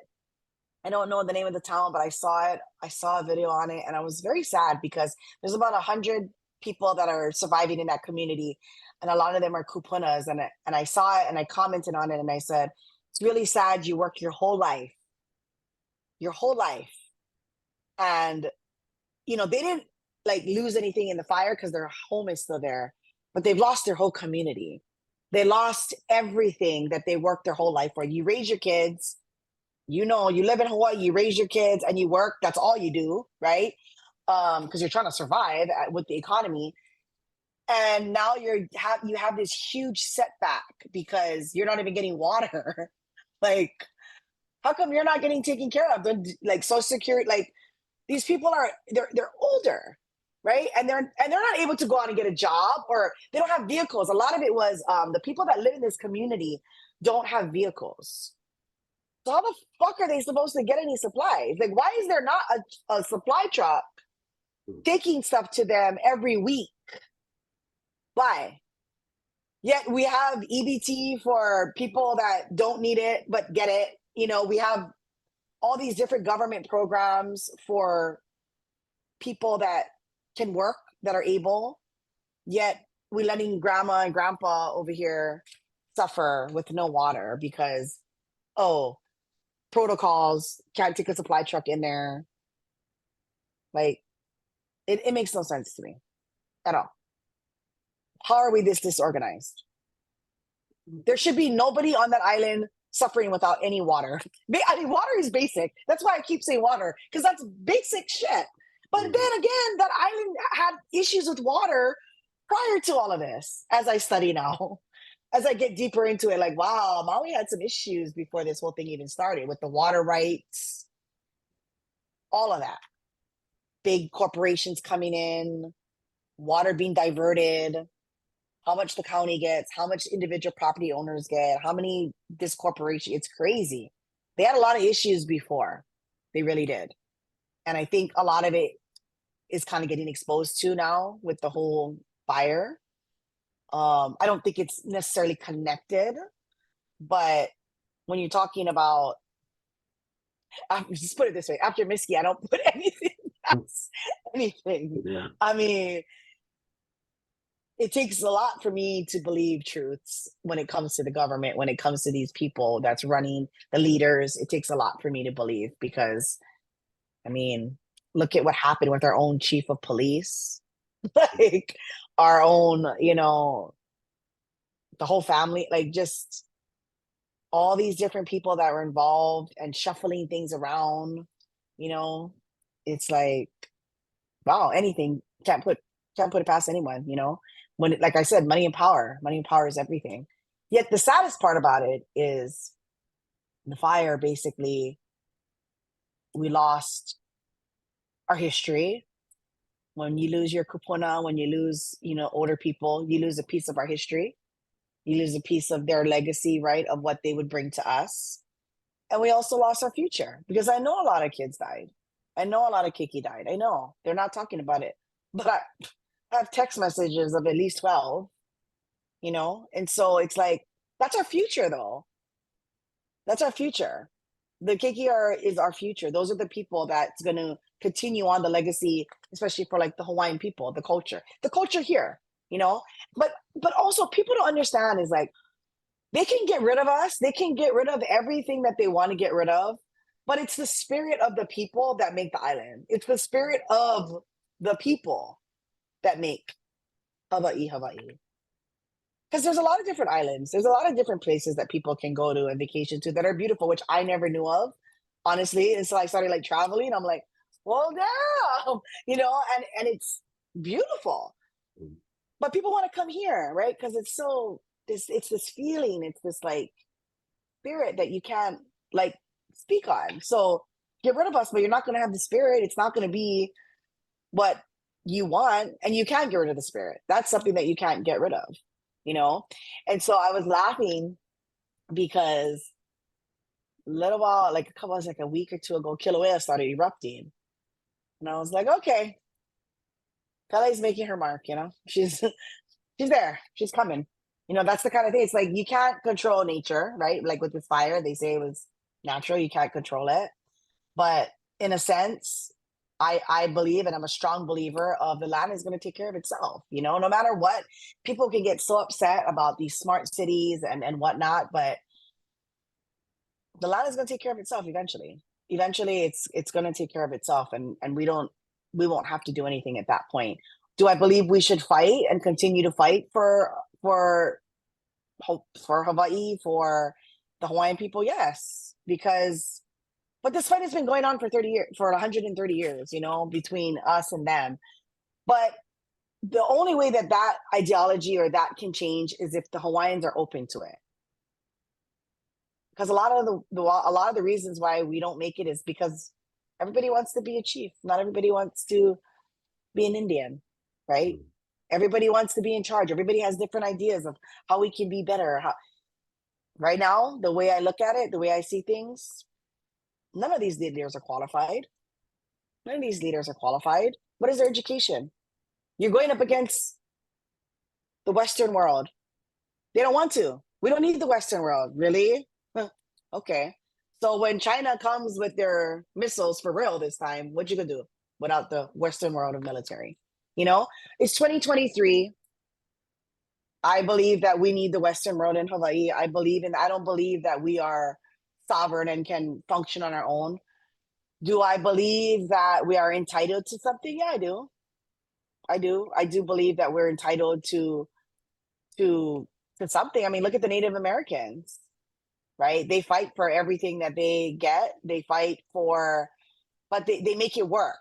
And someone commented on one of my posts and they said the smartest thing. They said, the Hawaiian people are the most compassionate ethnicity that I've ever met. Like they're so compassionate about who they are that if they really got it together, they would be a force to be reckoned with. They would. I mean, you saw it on Mauna Kea, right? Protect Mauna Kea. That's showing global. People in England were holding signs, save Mauna Kea. That's how powerful it is. That's how powerful we are as a people. Organization wise, no. That's why we don't get anywhere. We don't have the people in position. We don't have somebody that can sit at the table to bring up the issues. We don't have people that it's like, because if, like I said, if you're not in the lo'i or you're not like so kanaka, like you're not you don't olelo, like you don't speak it and you don't live it, then you're not qualified to sit at that table in the eyes of the Hawaiian people. Oh, we like her because she's at Mauna Kea on the front lines getting arrested. Or we like her because, you know, she speaks about the people and she's olelo. Or we like her because on the weekends she's at the fish pond. Okay, but what's her education? What does she know? Because to fight in a world of a Western world, because they always say the Western, right, or colonization, right? To fight against all this colonization, you have to be educated. You have to be educated not only in the Hawaiian culture, but you also have to be educated in the laws. You have to be educated in knowing what you're speaking on. Because a lot of the things that people are speaking on, I'm like, that's not true. Did you guys look that up? What's the statute on that? You know, like, but you know, it's who's to say? Because there's a lot of people that do get into a position where they can speak, and I believe they are educated, but then they get bought out, they get sold out. And you know they get sold out because you're like, what? That's not what they were preaching. That's not what they were practicing. I thought they were for the people. You know, I thought this is what it was, you know? Like right now, you know, I know we had talked about like BJ a little bit, right? Like BJ, some of the shit he says, I'm like, hell yeah, exactly. Like, yeah. But people are not gonna see BJ in that light. You know, they're not gonna take him serious. They're gonna be like, oh, he's an MMA fighter. What does he know? Look at the way he speaks, right? He's real like, oh, brah, you know. And lately he's been talking really good though. I give him credit. I met BJ a few times and super nice guy. You know, he has his qualms, but you know, people are gonna look at him like, oh, he's just a Kanak, you know, you don't know, he's a moke, he's a moke, blah, blah. But all the shit he's saying, oh, he's calling them out. Who's calling them out? Nobody's calling them out. Nobody is calling these people out. Nobody is going up to the mayor and the governor and being like, what the fuck happened? Well, why can't we? Why can't we do that when they're on our payroll, basically, right? Why can't we do that? Nobody's doing that because it doesn't look good, because you can't say that to the mayor, you can't say that to the governor. Freedom of speech, right? So when I hear some of the shit that BJ says, I'm like, fuck yeah, exactly. But it's because it's the way that he's doing it, and it's because of his background that people don't take him serious. Mhm. you know? And that's what I mean about like education and like being judged. And like, even for me, it's like people are gonna listen to me and be like, who the fuck is she? Who cares what she has to say? She's nobody, blah, blah. Yeah, okay, whatever. But I'm gonna talk my shit, and I'm gonna continue to talk my shit because the shit that I'm talking is true. And nobody's gonna talk about it. Nobody wants to talk about it. Everybody wants to like, oh, that's gonna offend. Like, I don't give a fuck if I'm offending the governor or the mayor at this point. People. I don't know if you saw the one video where there was this guy. He was from Kentucky. He was a reporter, and they were interviewing the mayor. And he's like, "Where's the kids? Tell us where the kids are." And the mayor said, "I don't like." He kind of like just kind of like, get out of my face sort of thing. And then he said, "You should know you're the worst mayor that anybody." And he like was yelling, and a lot of people were on the side of the mayor, saying like, oh, well, that guy just came for clout. He came from Kentucky and he just wants to get noticed and recognized or whatever. But in my mind, I was like, fuck yeah. Yeah, because your reporters here ain't gonna say that shit. What reporter is gonna say that? Nobody. Nobody's gonna call out the mayor. All you guys are like, no, can you answer the question, mayor? No, this guy was full on, you're the worst mayor ever. We're all thinking it. We are all thinking it. But who's going to say it? That's kind of what I was, Lindsay was doing it, but he kind of went too far. yeah, exactly. Exactly. Yeah. I mean, yeah, I would say what I needed. Yeah, exactly. You're right. Because it's like a lot of people were mad because I guess that guy was from Kentucky and he was just a reporter, like doing his thing. But no news reporter here is going to talk to the mayor like that because that's their job, right? Just like the cop, oh, it's my job to block you guys in. Like, no, at some point, people need to speak for themselves. They need to think for themselves and speak for themselves and be like, no, I'm not going to do that. I'm not taking that order. Fire me. I mean, so what? You get fired from the police station, but you saved, I don't know, 100 people at least on that street alone. Just by looking at those cars, you figure if there was 2 people in each of those cars, that's a few hundred people or a whole family, right? Because at some point, a lot of people say that they were jumping out of their car into the ocean right there. That's how they ended up surviving because they weren't going anywhere. But if you had a golf cart, you had a chance, right? Yeah. Like, it's sad. Sadly. It's sad. If you had like a motorcycle, a moped, like a scooter, a skateboard, like literally. Because you could work your way around it. You could work your way around it. But nobody's talking about that guy.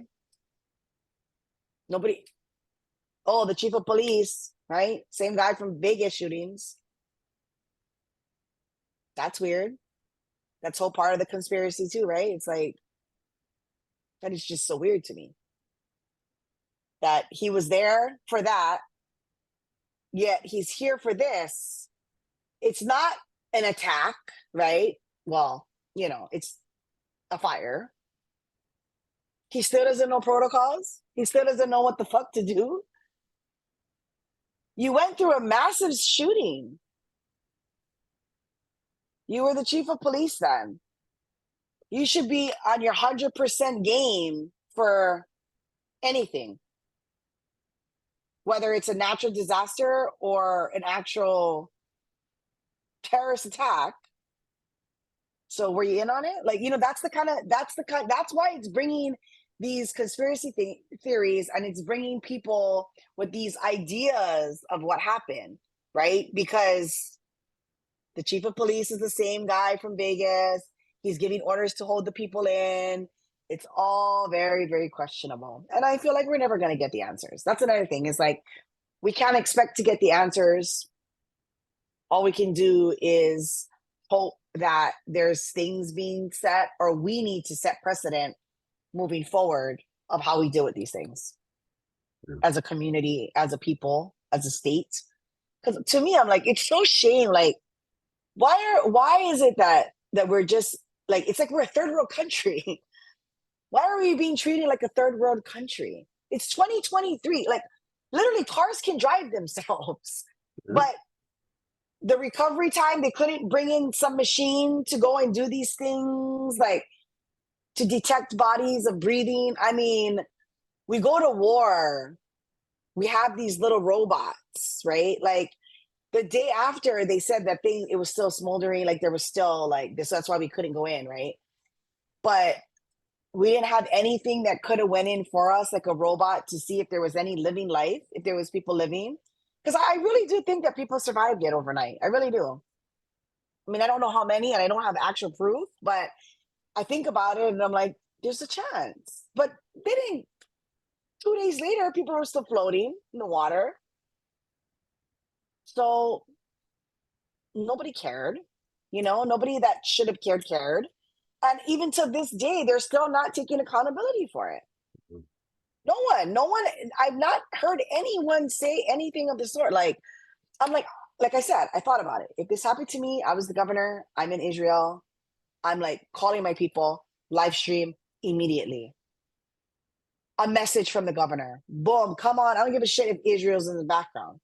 I'm just going to speak. And I'm going to say, I'm not there, but I'm with my people. I hope that you guys are safe, our community. We are looking into whatever it is that you got to say. No, they put the lieutenant governor on. Okay. And then he shows up days later. Oh, this and that. But even him, he's so stoic. If you notice, all the guys when they're interviewed, they're very stoic. It's like there's no life in them. There's like no feelings or emotion. And here I am crying every day watching these videos. Like, and I can't do anything about it in that way that they can. And I think that's why it makes me upset. Because you're the governor, you're the mayor, you're civil defense. You guys have an obligation. That is your job. That is your duty to help, to protect, to secure the people. But you didn't. You did it. Yet you're not crying. You're not on the. How do you even be interviewed? Like I can't even imagine. I would be literally crying. Like I am crying, and I'm not even in that position. They're right? Like, they're argumentative. Yes. Yeah. Every single one of them. Mm-hmm. Like I was laughing because like you understand Hawaii, but it's like the mayor comes on, he's like he wants to troll already, like, oh man, like what? Every time that's if he could, he would be doing this. Bro, dang, you should be compassionate. You should come up with like, you're defensive, you're argumentative, you want to debate. Even when the civil defense guy, the button guy, right, to warn everybody to, how come he didn't press it? How come he didn't warn him? He jumped in, right? He went like to protect him, like, oh, he's answering the question. And it's like, bro, like, what are you doing? Mm-hmm.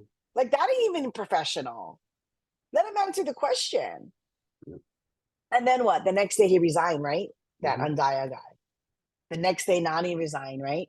These people are all little pawns in the game now. Now it's like, okay, Lani looks like shit. Andaya looks like shit. But were they just doing their jobs? Right? I don't know. Were they just doing what they were told? Yeah, they were. At some point, they should be held accountable for listening, because I wouldn't listen. But what's happening to them? That's something also we don't know, right? Is like, oh, if you don't resign, this is going to happen. We don't know what's going on in the back, right? That's why I said they're like a pawn in the game. During that time and when it was happening, that was Andaya's decision. He should be held accountable to me. I literally would just not listen and got fired. But on the flip side of it, it's like, okay, well, all this time though, it's like they're like puppets, right? And that's what they know. So at some point, it's like, even though they know that it's wrong, they kept going in on it, right? Like, oh, I'm just going to hold back the traffic because that's what I'm told. But now when you go on, or, or I'm just not going to press the button. I'm not going to warn anybody. But now when you go in there and you're like, yeah, I wouldn't have pressed it. Like, was that your answer or was that their answer? Did they make you say that so that you could be part of their fucking game? And also, did they tell you to resign? Or are you getting death threats? We don't know. We don't know. We'll never know, right? He'll know. So it's like at some point you're kind of like, oh yeah, but we don't know. We don't know who's pulling the strings of what and what. Do we even know that it was him? Right? Maybe it wasn't even Andaya. We don't need. They're saying that he was the guy that was in charge. He's taking that blame because they're saying it's him, but is there somebody else that we don't know? And another thing is like with the whole 911 thing, it's like, how is this even possible that 911 doesn't work in 2023? 2023 now, and 911 calls are not working. You press something on your phone, cops come. Well, power lines were down, so who knows? But still, power lines are down. 911 should still work. It doesn't matter to me. Like, what's the override? Is there like an override? Like, is there like a signal? Like, I don't know how it works, but they should figure it out. At this point, they should figure it out because it was just so coincidental that none of that shit worked. But so what I heard was like prior in the day, it was windy. It was super windy early morning, which is what caused the first spark or whatever. And then they said that it was contained and it sparked back up. That's the story, right? It fell, fire, contained, but it wasn't apparently contained. And then it like started up again. But it was windy. So in the morning when it was windy and all these things was happening, what was civil defense doing at that point? Like, guys, we might be expecting heavier winds. Holy shit. We should tell people, what was it? Hunker down is what they said. So all the hunker down people hunkered into their death, basically. Because if you listened, even though the fire was, you're gone. You're gone. And especially like, those like a lot of the things that they're not talking about either is like the structures, right? Like the malls or like the front street, all those structures that are down. I'm sure there was people in there. Like a mall, like Safeway, like, you know what I mean? Like just places that people are at. They don't talk about that. They're talking about everybody at home, like, oh, well, the kids were home or this was home. Well, what about people that were actually working that couldn't get out because they're actually at work and not even connected to their phone, even if it was working, which is why I think the siren should have worked. Right? Because if you're working and a siren goes off, you're not looking at your phone. You don't have your phone, even if the phone was working or not. You would still like, hey, boss, the siren's going on. Like, what's happening? Nope. You just continue to go about your day if you're working. Right. Because you have to work. Yeah. There are a lot of things wrong with the situation. A lot. And I mean, like I said, we'll probably never get the answers. No one's ever really going to be held accountable. I mean, we have all these lawsuits now. Some of the stuff I agree with, some I don't. Especially like with a lot of the mainland firms coming in, trying to rep the people.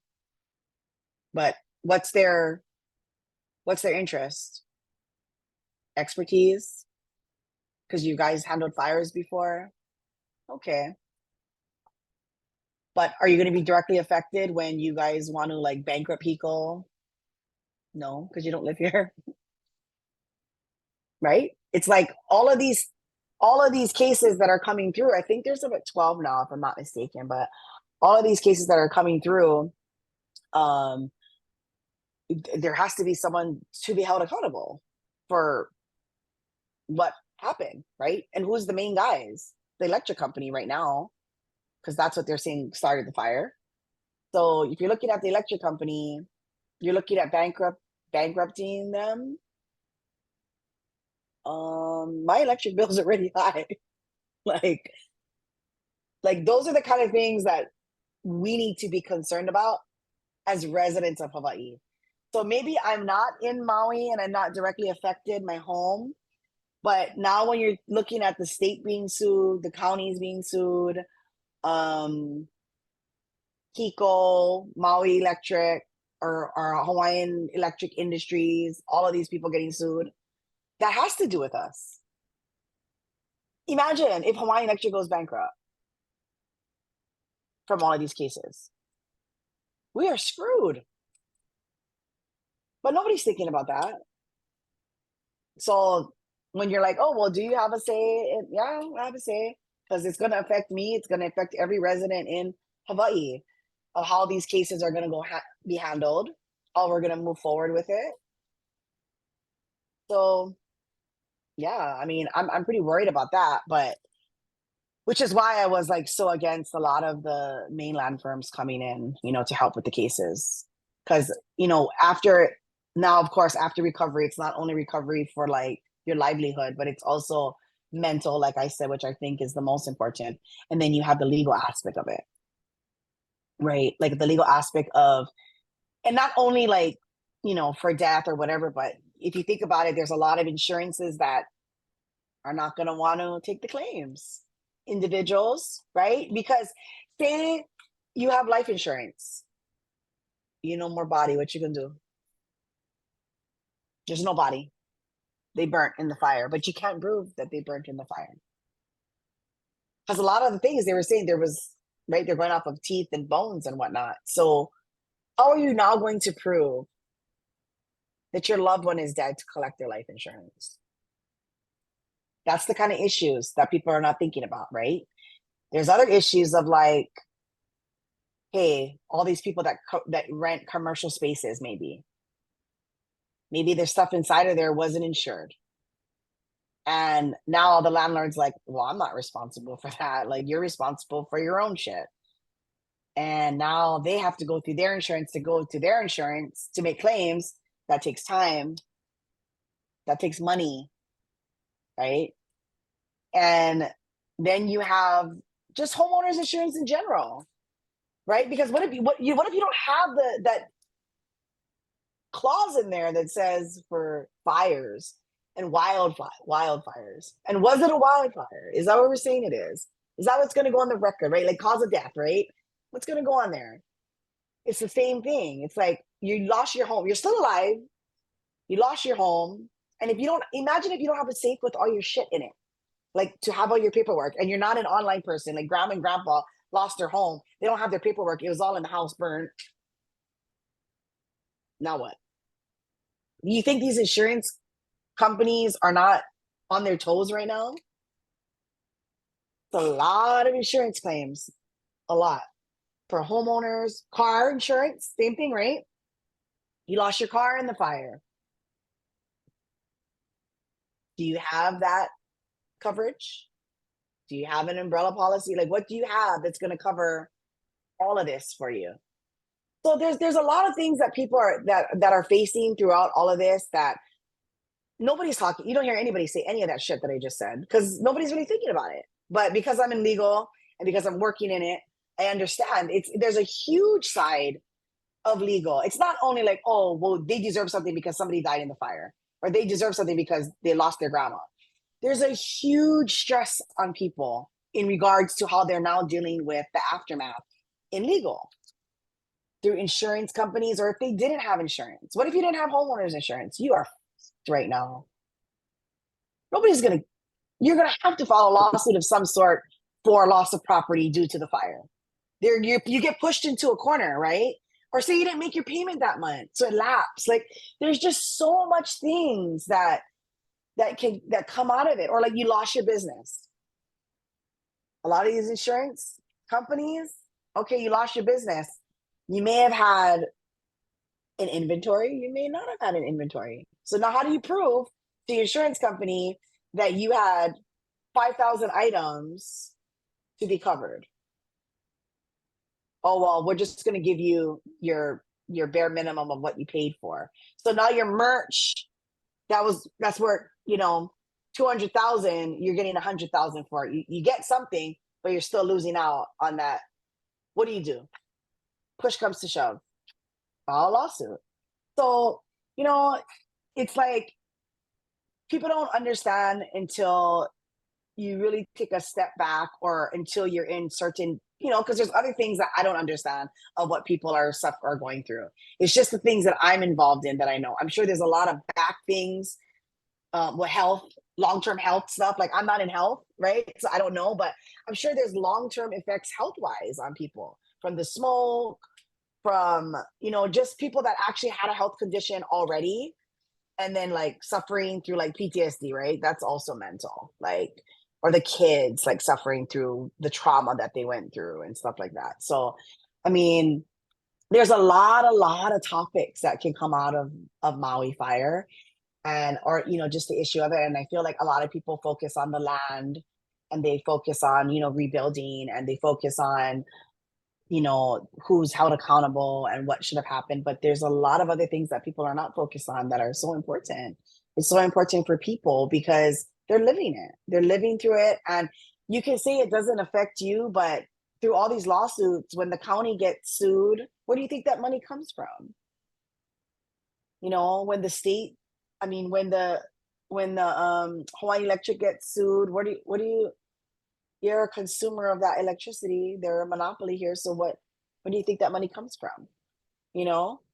So yeah, I mean, I could go on for days with this topic, but because like I said, I've done my research, I listen to people, and a lot of people sent me some things, and I look at it and I review it, and then I go deeper, and I just, I want to be able to speak on stuff that I know, and I don't want to talk on things that I don't know.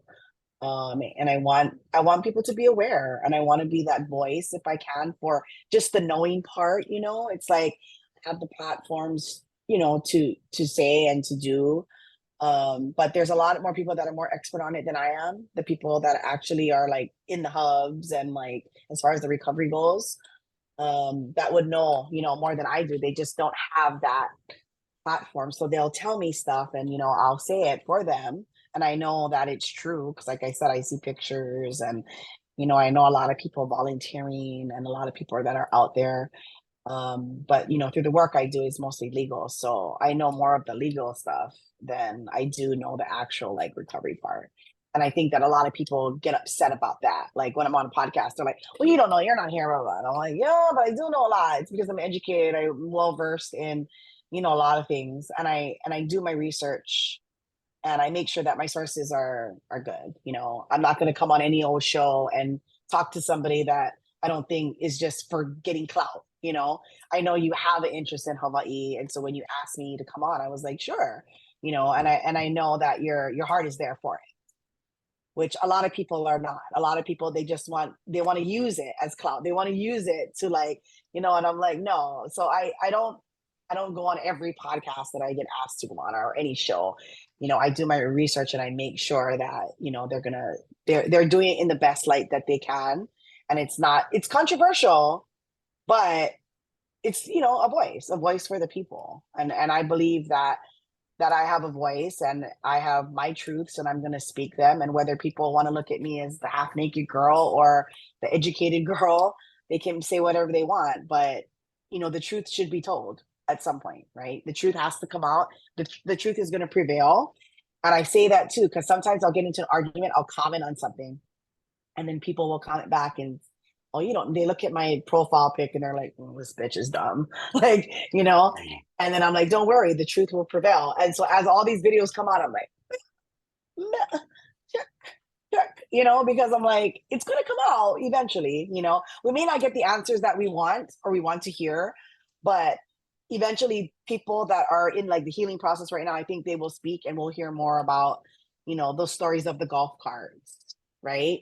Those sort of stories of like, that's a personal story, and maybe they don't want to share it. Maybe they don't want to go on the news and talk about it. Maybe they're not social influencers. Maybe they're not, in social media world, but that's a story. That's a story of survival. That's a real story. And I believe him. He survived it.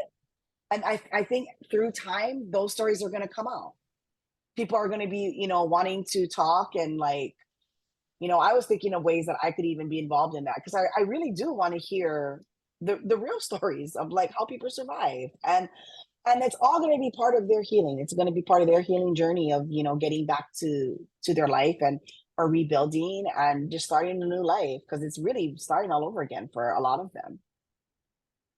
Yeah, there's a second video on his page of the only thing that made it out of his apartment was this keychain that he had like the circles, So it shows him he picks it up, and in the interview with me, he pulled it out of his he had in his hotel room because he went to Texas to get a vehicle. He's in Vegas right now because I guess he has some Oh, family okay. there.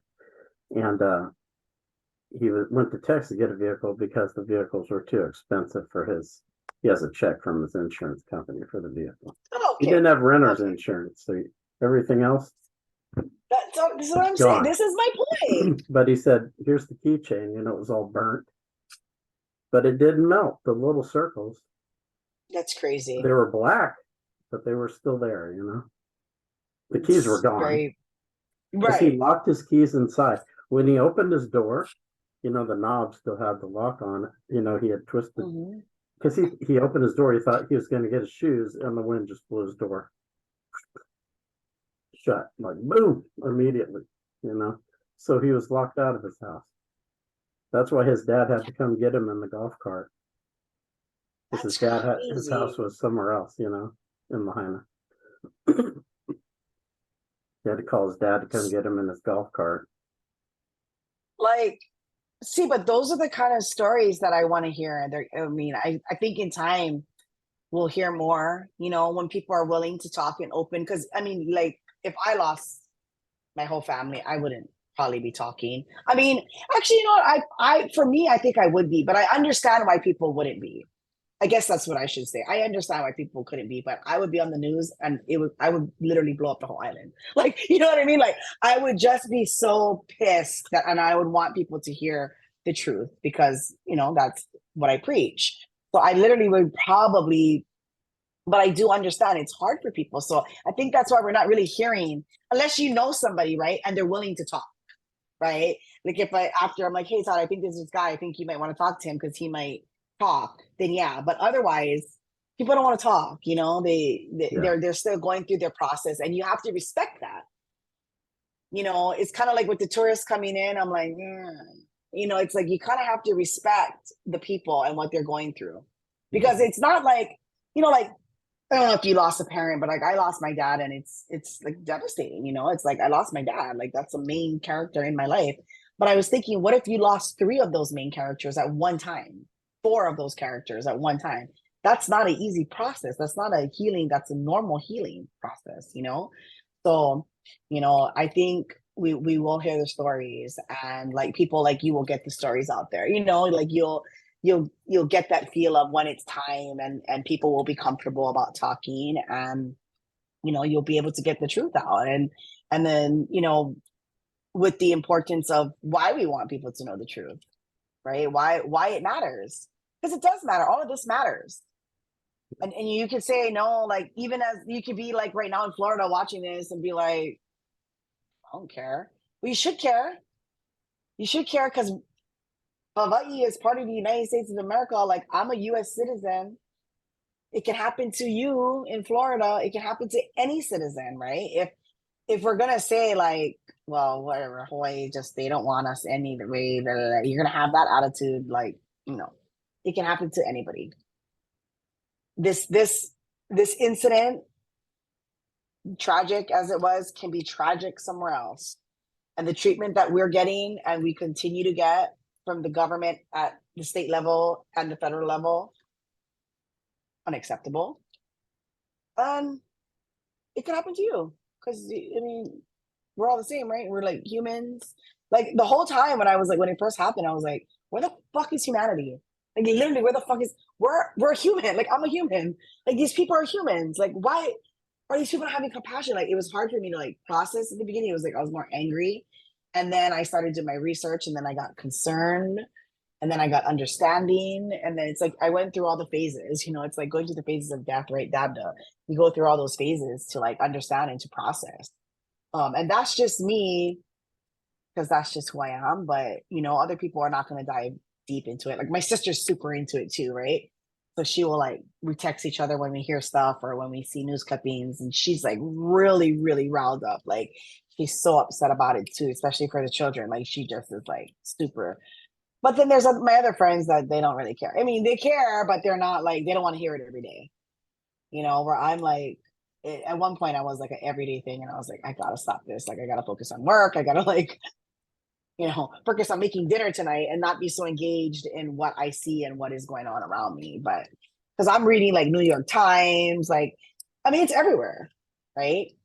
So I was reading like whatever anybody was putting out, like San Francisco, what is it, like San Francisco Chronicles or whatever it's called, and just different news outlets to see what people are saying, to see if it's the truth. And from what I know from the inside, and a lot of it is very is good. I can say, like, I think that they're being really truthful about what they're putting out, not 100%, but I think it's getting out. I do. Like, I'm glad you I come do on have, here and talk because like the podcast I saw is a lot of back and forth, you have four people and yeah, yeah, yeah, and it gets crazy because a lot of us have the same ideas and we're also passionate, so we are cutting each other off. So it's hard, and they try to moderate it so it's like only you speaking or only you speaking. But the idea of that podcast is very argumentative. It's more of like a debate, right? And so sometimes it depends on the topic. Like I won't do it because I already know like I'm gonna go off the handle. I did one time and it was so bad, right? Because the woman that was on, it was about relationships, and it was everything I was saying. I was like, no, if your husband cheats on you, like you don't shouldn't take it. Like that was my stance. She was like, oh, but after that, you're gonna go sleep with any kind of people. And I'm like, what? And it just got so argumentative. I was like, I never said that. And then it got to the point where I was like, look, bitch, I will fuck you up. And I was like, wait, I can't say that on a podcast. Like, wait a minute. And then I was taken back and I was like, yeah, no, I'm not going to do that unless I know what the topic is. I know what I get, what heats me. Like I already know what's going to trigger me. And if it's one of those, like if it's politics, like if we came on here and you want to talk to me about like, Trump or Biden, I'm like, no, I don't want to do that. That religion is another one. I'm like, like it's just, I already know, like I'm going to get pissed. And there's just certain topics, like even like when you talk about like LGBTQ and stuff like that, like I'm very much an ally for it. Like I'm down for them, and so a lot of times people want to argue with me, like on TikTok or something, they're like, well, you're not even gay. I'm like, I don't care. Like, so I already know what my limits are in coming to these shows and like what kind of topics, but I'm very, very, passionate about my people, about being Hawaiian, and I'm very open to hear what others have to say that aren't Hawaiian. And like I said, like people are Hawaiian at heart. There's people that are Hawaiian at heart. They come to our islands, and they make a family here. They become part of our community. You can't just, well, you're not Hawaiian, so what do you have to say? Like that's not fair. That's not right. So I'm very like open to listen to what other views are, and I think that's a big part of the Hawaiian leader Kanaka sort of problem, is that they need to be open to hear what others have to say that are supporting us, not taking away from us, but that are supporting us, because we're smaller and smaller. We are shrinking, right? The Hawaiian is getting watered down. Like I think I know like one pure Hawaiian person, honestly. Like, and so that is all fading. We're intermixed. So because I'm intermixed, right? I'm all these different things, but it's like we have to at some point accept that that's like the way of the world. Like a lot of these Hawaiian people, I'm sure your kid is half haole. Like, you know what I mean? Like, so why are you not open to listening to what others have to say, or having others be a part of it? Because a lot of people are like, oh, well, you need a Hawaiian leader in there. You need a Kanaka in the government and all of this. And I'm like, that's not necessarily true. Would it be helpful? Would it be the best thing? Yes. But you know what would be helpful? If they're educated, if they went to college, if they studied political science, if their grandma used to cook beef stew on Sundays for them, so they have that like broad range of experience in life as being a Hawaiian, but also being a part of education, right? Because I'm a huge, huge believer in education, and I'm a huge believer of continued education. So it's, and a lot of people are like, yeah, but this and that, like you don't know about this, and there is a lot of, and you know what, I'm guilty. Like I never went. Yeah, I did fish pond cleanup when I was younger. I did the Loi thing. I did the basics. I was a hula dancer my whole life, you know, but it doesn't mean that I'm not going to be passionate for my people because I'm not still doing that. And it doesn't mean that I shouldn't have a voice in the community because I'm not doing what you guys want me to do. You guys want me to stand sovereign. I'm not going to do that because when the China comes with their missile, I'm jumping over to the Western world, you know? And it's a lot of it is education. I mean, a lot of it is education, it's experience. I travel a lot. I meet a lot of different people. There's no place like home for sure, but it doesn't mean that we can't be open to listen to what others have to say for our sake, on our behalf. Because I do feel that there's a lot of good people out there that have a say, or they have ideas about how we can organize as such so that we keep our land, we keep culturally, we're surviving, right? And the culture is going to survive. Like, what can we put in to make this culture survive? What can we do for the Hawaiian people that don't have land, or that want to have land or access to land, or to stay in Hawaii? Because as we all leave, there goes the spirit. There goes, we're leaving, spreading that spirit everywhere else, but here, and so I believe that there's people out there that can help us do that, or to guide us through it. I don't believe it's the Kanaka that's leading right now at this moment. They'll watch this and be like, who is this girl? Excommunicator. Like, oh, what is it, like John Wick? Like, excommunicate me because, I'm speaking this way. And that's fine. I don't care. But hey, when you get an education, when you have experience in life, and when you have a background of knowing things, you get farther in life. You have a seat at the table at many seats, It's like, in my firm, when I first started out, I hired someone that was actually homeless. He was homeless, and he was like, I was like, well, what can you do for me?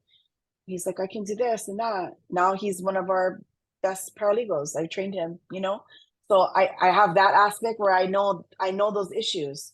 Like, I would take him food, I would pick him up, I would do the things that I couldn't provide at home for him because I barely live myself, but I was doing what I needed to do, got him on his feet to where he needed to go.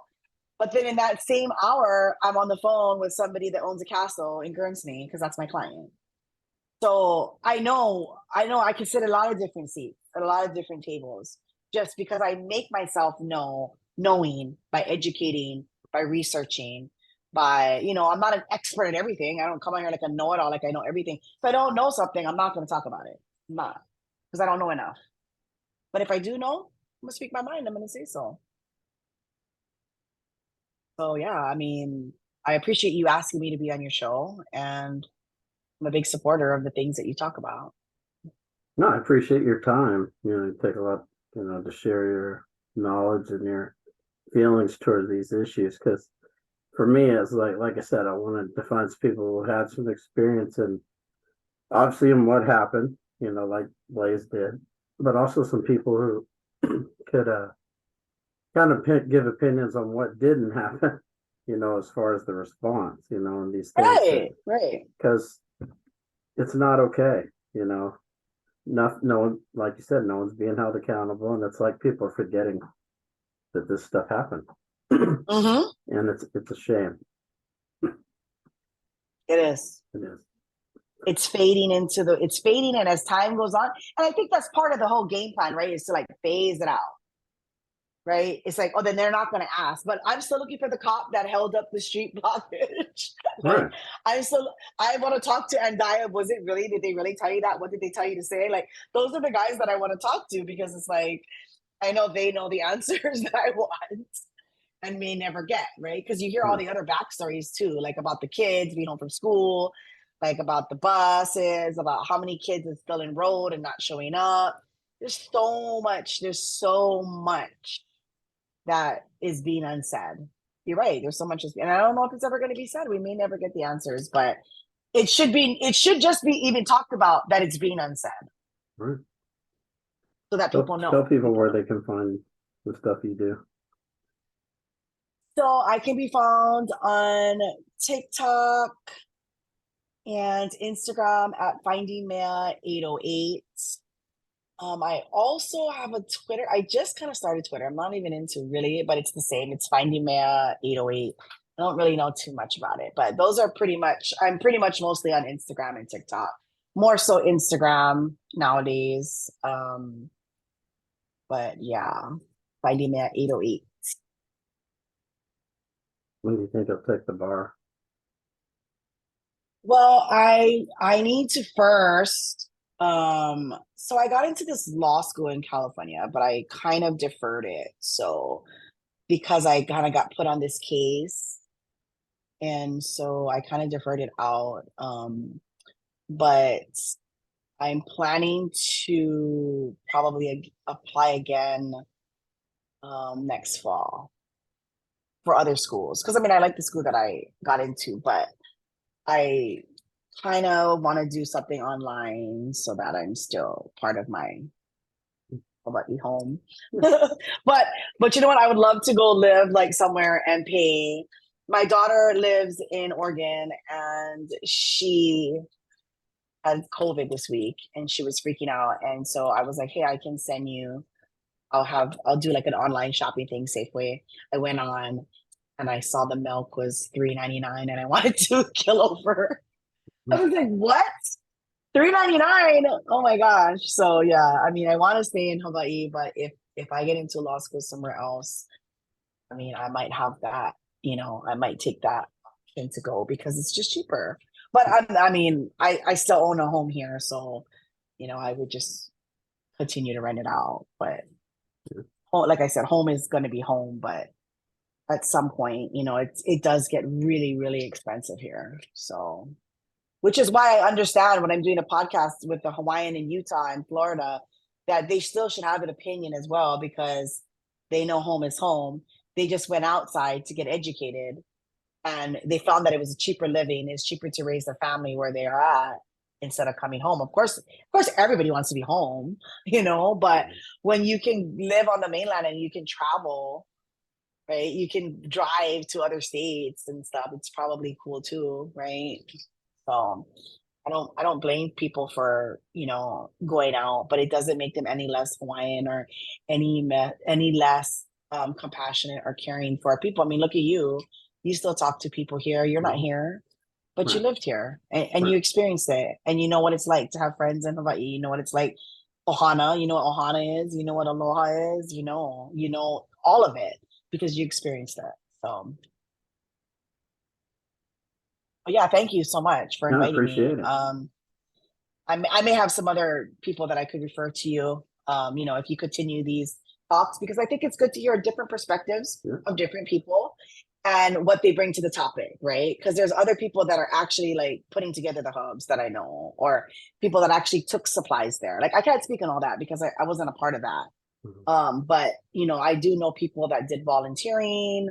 I know people that, like I said, was taking supplies and all of that. So, I can give you a bunch of people you might want to reach out to that would be, and they're willing to speak, right? Because you Awesome. might have people that are not all of that, but they don't want to talk about it, right? They don't want to put themselves out there like that. But I don't care. So anytime you have a topic that you think that I would talk on, just let me know and I'm good with it. Yeah, I very much appreciate it. And everybody who watched the episode, I appreciate you guys checking it out. And make sure to check out Finding Me at 808 on Instagram, TikTok. You'll enjoy her content. Until next time, take care.